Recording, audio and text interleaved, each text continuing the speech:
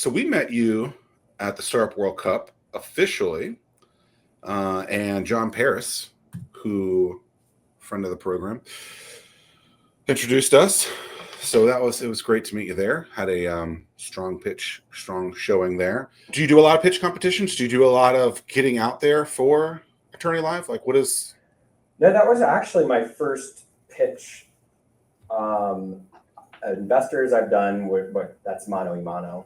Sometimes it's been 2 or 3 people, but I've also done a lot of presentations in my life, not for Attorney Live, but for other reasons, through volunteering on boards and for a lot of presentations from a sales and marketing perspective for companies that I've worked for in the past.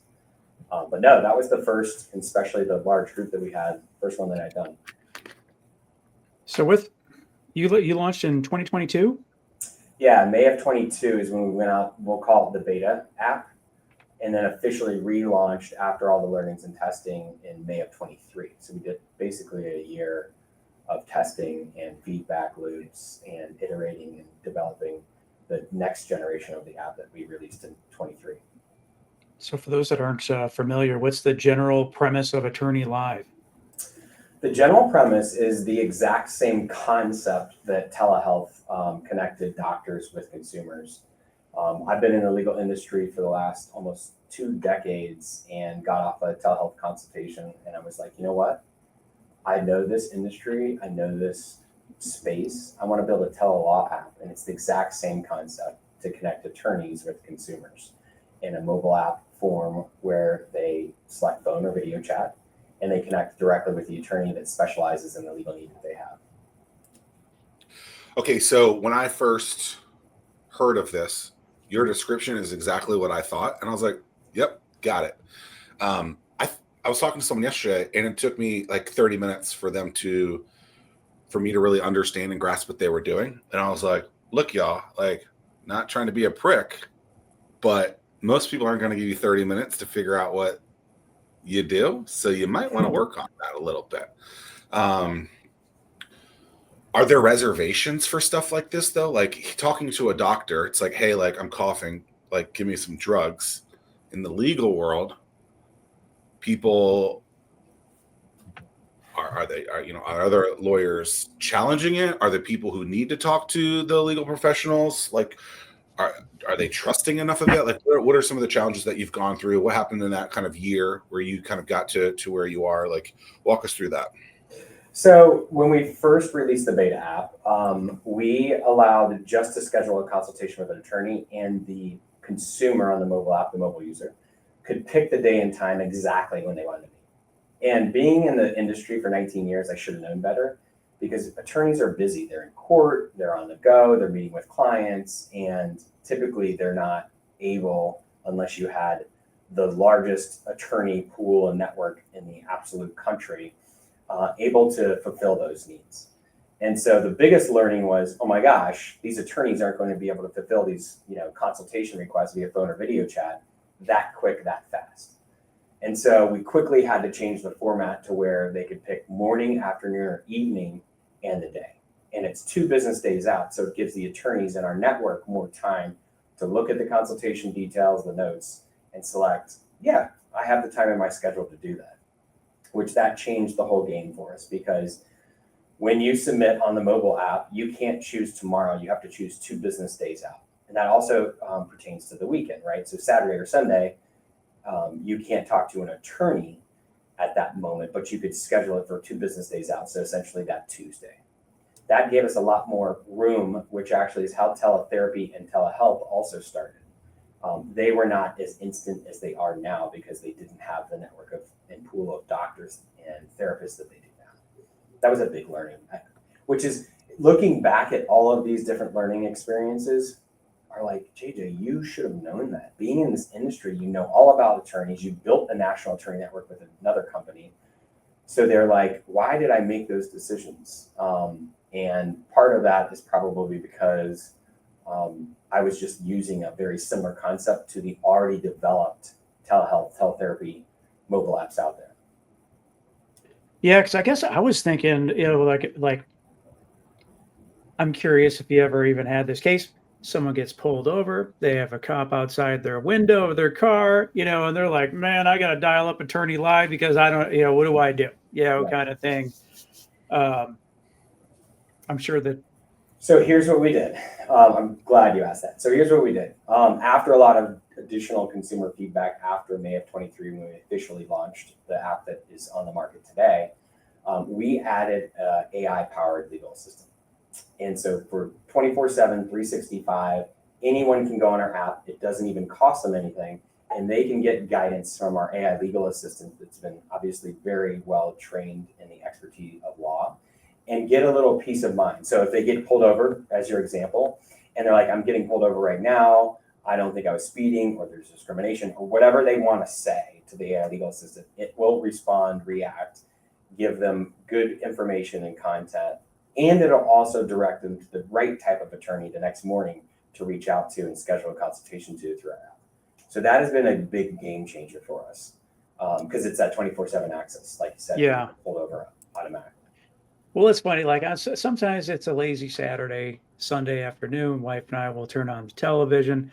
Oh We'll boy. pull up On Patrol Live, and Yeah. it just always is so funny. Where it's just like these people that are pulled over in their car, they think that they know the law better than the law enforcement officers, and it's just like, shut up, just keep quiet.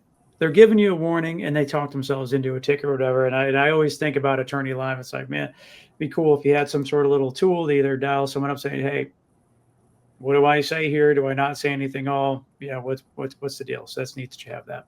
Yeah. So added layer to that, we also, of course, have a lot of things on our roadmap for 26 and the end of this year, and moving forward in the future. And another one would be sort of an 800 emergency contact for an added layer of talking to an actual attorney right then and there in the moment for the emergency cases like that. Is there a particular type of law that you focus on? Is it like family? Is it healthcare, whatever, property? Who knows? But is it all verticals, or are you focused on one? So that's the difference between us and a LegalZoom or Rocket Lawyer that are big names in the country that are well known and recognized. They tend to focus on one area of law, and then you pay, and then you a la carte go from there. Our mobile app covers any and all legal matters, meaning any legal matter an American consumer has, they can select that legal need and get paired up with an expert attorney that specializes in that area of law. And so the most utilized legal cases in the country are wills and estate planning, family law, which is usually custody and divorce cases, real estate closings, traffic matters, and I guess the next would probably be criminal cases. So on our mobile app, the first screen that they see after they push begin consultation scheduling are 10 areas of law. Those are the most utilized areas of law in the country. And I know that from 20 years of being in the legal service industry. If it's not one of those, they click unsure, and there's about 75 other categories of law that are less used. It's like we cover all the things that a general practice doctor would, sort of the attorney and doctor relationship there, analogy. But for the in-depth, more specialized detail, like entertainment management, immigration, things like that are more specialized, are not one of the top 10 most utilized legal services for attorneys in the country. So just like I need to get an Uber when I have a legal question, I press a button and it sprinkles out into the network. And then does one person accept it during that time? Is this special sauce? Like how does that aspect work? So I'm glad you mentioned it, Zach, because our attorneys said we're sort of like the Uber for attorneys in the country. And exactly to what you outlined. When our mobile users schedule a consultation, let's say it's family law, it goes out to all of our family law attorneys in that specific state. And it works on a first come, first served basis, just like Uber. And when they get their text message and email communication, our network attorneys, whoever accepts it first gets the case. Another attorney goes in, tries to accept the same case. It says Attorney Live works on a first come, first served basis. The quicker you respond, the more likely you are to get a new client. And it's worked well because there's a rating system too. And, some attorneys that we call them power users, are higher rated. So they get those notifications sooner and quicker. It's worked really well. And they can see all the consultation notes, and they can see the information if there's a conflict of interest. So for family law, they're going to want to know what party's involved and see if they've ever worked with them. So from that aspect, they get to see the whole picture before they decide whether they want to take on the client or not. Yeah, that's interesting. I was going to ask about when you have these consultations, is that stuff saved to the cloud or whatever, and then you determine that you want a different attorney, then that stuff all those case notes or whatever it's called then transfers over to the next attorney So that. Attorney Live, the easiest way to think of it besides the Telelaw mobile app is it is a referral and connector network for consumers to attorneys. So when you Tim, if you went on, schedule a consultation for real estate matter, let's say, and you spoke to an attorney, it becomes now you and the attorney client privilege. Meaning when you have that consultation, you have those communications with the attorney, then you can decide if that consultation was enough or you want to retain that attorney and you get a significant 25% off their hourly rate. And so all of that information is stored by the attorney in their own systems, not in ours. Interesting. With it being a two-sided marketplace, like what's the attorney's response to this? Are they happy because they can pick up some extra billable work? Is there like how do you balance? You have too many of this flavor of attorney, but we need to boost up the other flavor. Yeah, how is it managing the attorney side of the marketplace? Interesting. Because there's such a large pool of attorneys out there, from younger, associates out of law school to much more tenured and older attorneys that have been practicing law for a long time. And so the first piece of it is we're a huge advantage for a solo practitioner, meaning they're practicing law on their own. They may have a receptionist or a paralegal, but we're really built for solo practitioners, single attorneys, or small firms, meaning 2 to about 5 law attorneys in their law firm. And in doing that, we are not only an advertising channel for them, right? Because to your point, we're bringing them clients based on the area of law that they want to grow their practice in. So they may do family law, real estate, and wills and trusts, and they have enough in 2 of the categories, but not the third one. And so they want to get more wills and trusts done. And so they only sign up to receive those types of requests. So one's the advertising forum. 2 is we have a lot of our mobile users that refer other people to those attorneys because they had a good consultation with them. We also have 4 different partners, and there are different benefits and perks for our attorneys on our network. So Clio is one of them, the largest back-end software in the country. About 250,000 attorneys nationwide use that, and they're global too. And so what that means is they get a group discount to use the Clio platform for their billing, their back-end office, their calendar scheduling, things like that. Smith AI is another partner of ours, and that is virtual receptionist and paralegal support. PandaDoc, very similar to DocuSign, they get group discounted pricing that they couldn't get if they just called them. And then finally, USI Insurance Services, and that is for their liability insurance that all attorneys have to have. And they get, again, group discounted pricing for that. So there are multiple reasons why an attorney would be attracted to our network. Are you an attorney? I'm not. And a lot of, even my friends still, after knowing me for 8 years, they have this epiphany and they ask that question. Like, no. I went to James I didn't Madison think University. so. I thought that you. No. Okay. I've been in the industry long enough.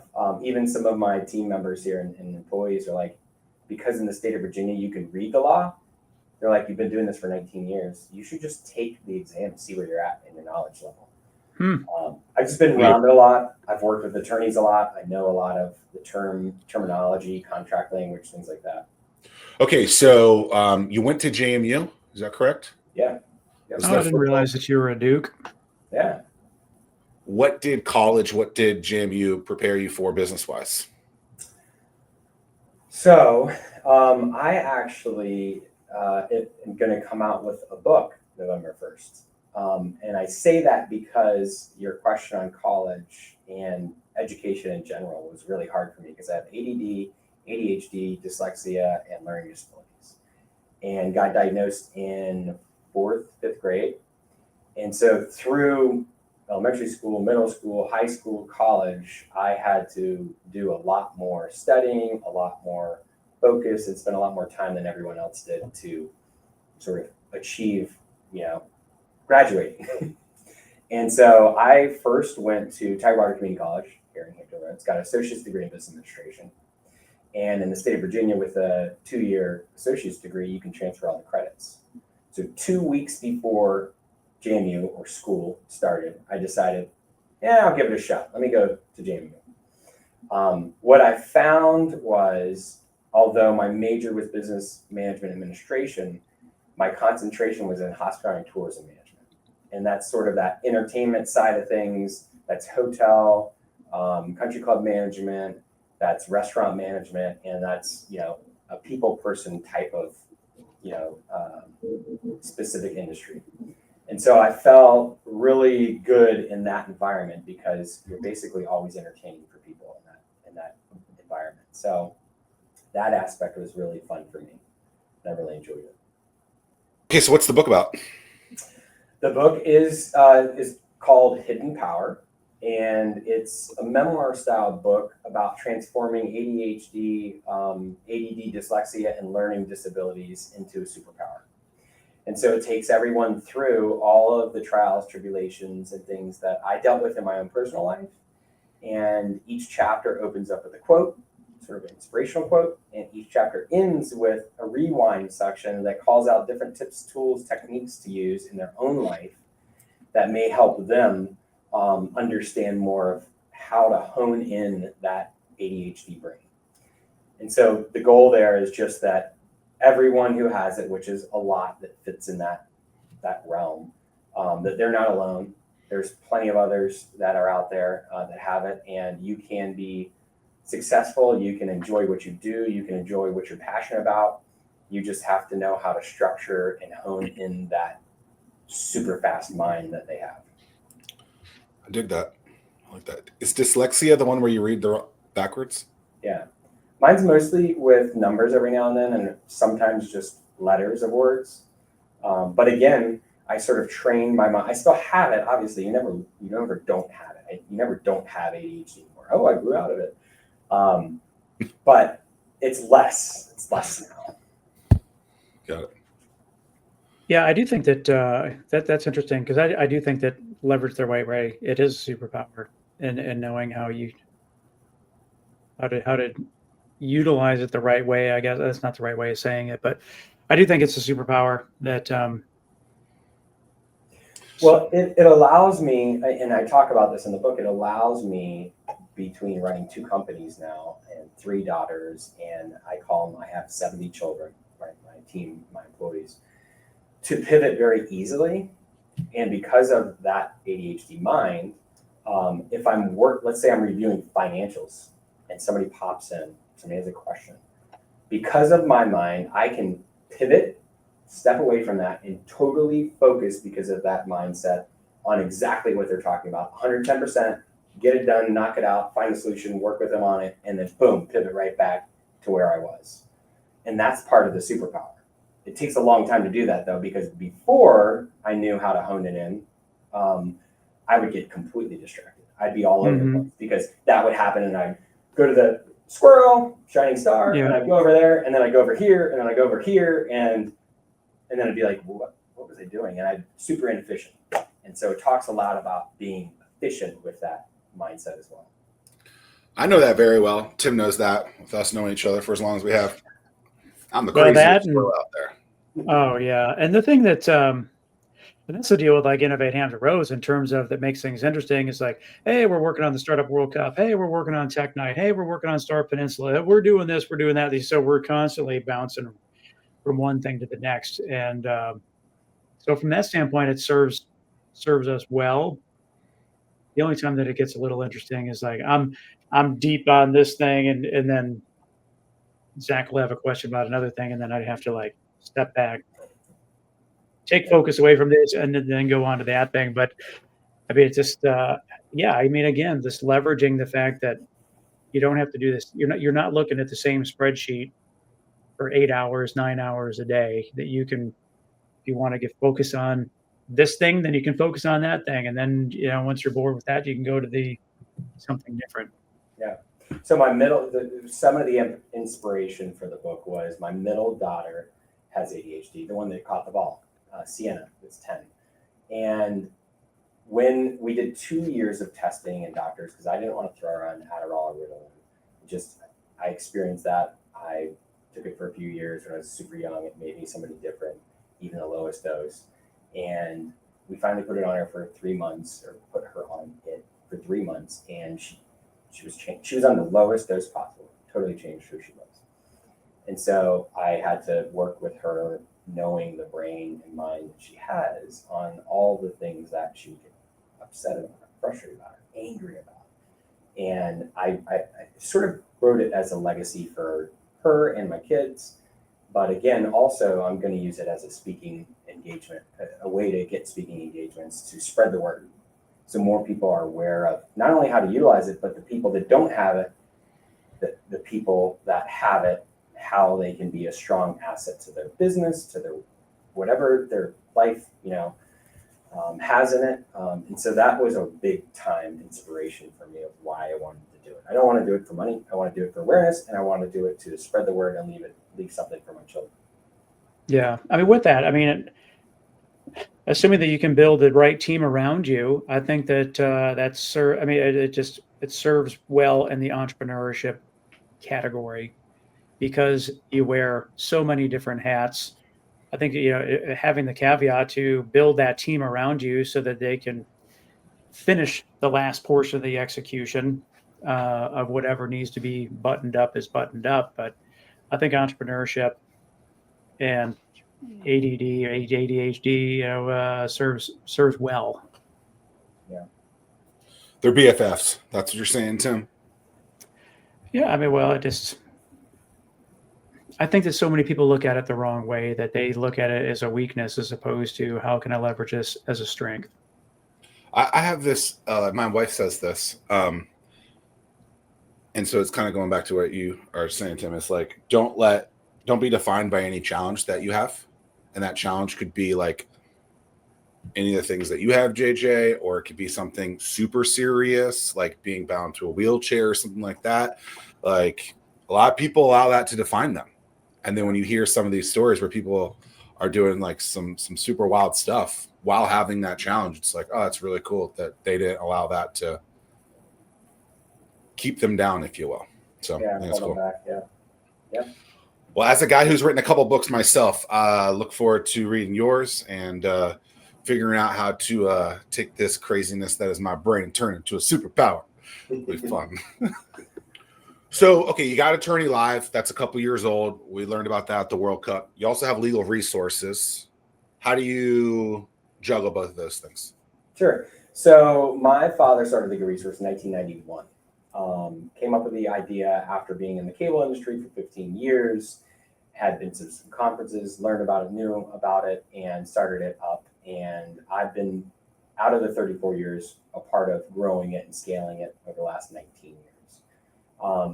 Over those 19 years, call it the last 12 years, I've built a team of our department heads and our executives and leaders, and coached, mentored, worked with them diligently for almost 12 years to make sure that they can manage each one of their own departments.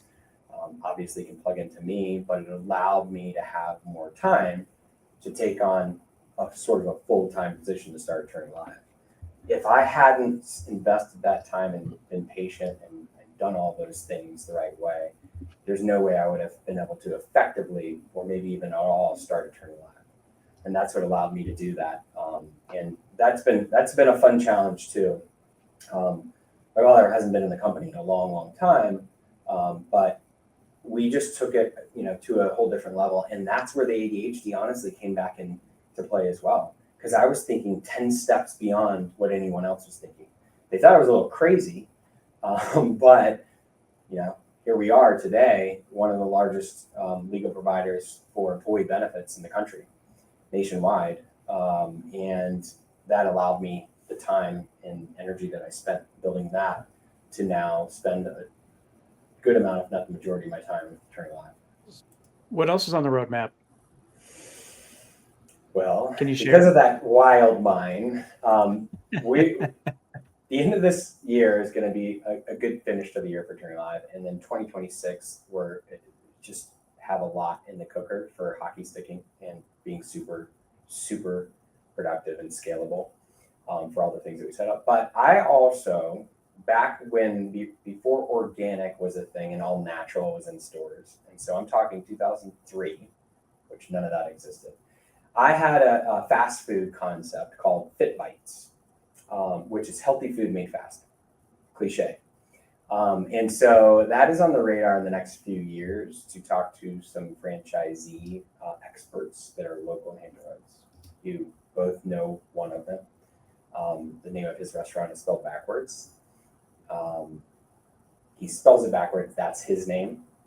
And it is probably looking for that opportunity to build out a few local healthy fast food restaurants here in the Virginia Beach / Hampton Roads market. That's one of them. What kind of food? So it's on the go, right? It's all drive-through. It's only drive-throughs, 2 drive-throughs, maybe 3. Egg white wraps with green peppers and mushrooms and onions and low-fat cheese. If they do cheese, everything is on the go, so it won't spill when you're in the car.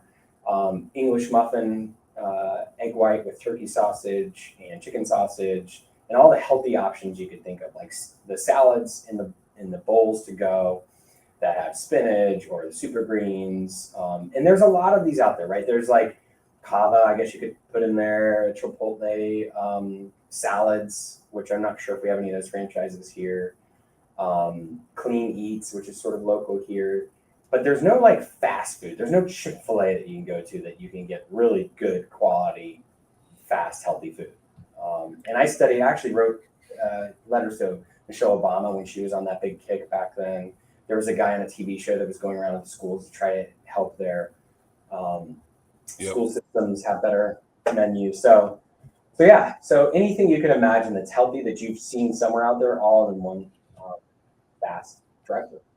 Healthy. Well, and it's interesting. Other end of the spectrum, yeah, all the new Dunkins that are going in, that are all the drive-through. I mean, the footprint is so much smaller, and that the only option is to get it through the drive-through. And it seems that, I mean, they're popping up all over the place. Isn't the Great Neck Starbucks just a simple drive-through? Yep, right in the corner there. I think there's a gourmet gang that is like that too somewhere. Down in Independence. Yeah. Yep. Interesting. What's something What's something you want to talk about that you want to talk? Jesus. What's something that you want to talk about that we haven't talked about? Leaders in America today. Okay. I think that all executives, CEOs, presidents of companies need a reset. And what I mean by that is how they work in their culture and how they communicate with their employees and how they interact on a day-to-day basis with their staff. And what I mean by that is I've been on a few other podcasts and I talk about it a little bit in my book. But I think they need to reset and think about what they originally started this business or why they're in this position. Maybe they didn't start the business. Maybe they just became, through the rankings, president or CEO. It's a simple concept, but a lot of companies in America that I've studied, big and small, make the mistake of shareholders and profits. And it's the reverse. It's employees first, and the shareholder and profits come after that, because you're taking care of employees, you're mindful of them, you're sensitive to them, you're doing things for them that end up translating into profits for your business. And I just think there's so much going on in the world, and especially in companies, and trying to keep up with the Jones and all of these different things that they're trying to add and include and market, that they forget who's really running their company. It's not them. They're the guide. They're the head cheerleader. It's the employees. The employees are the foundation that keeps the house up and standing. So that's just a really important topic for me, for a lot. And I've also, the reason it became top of mind for me is because I've been told this multiple times by multiple industry leaders that you're a very different leader than anyone we've ever spoke to.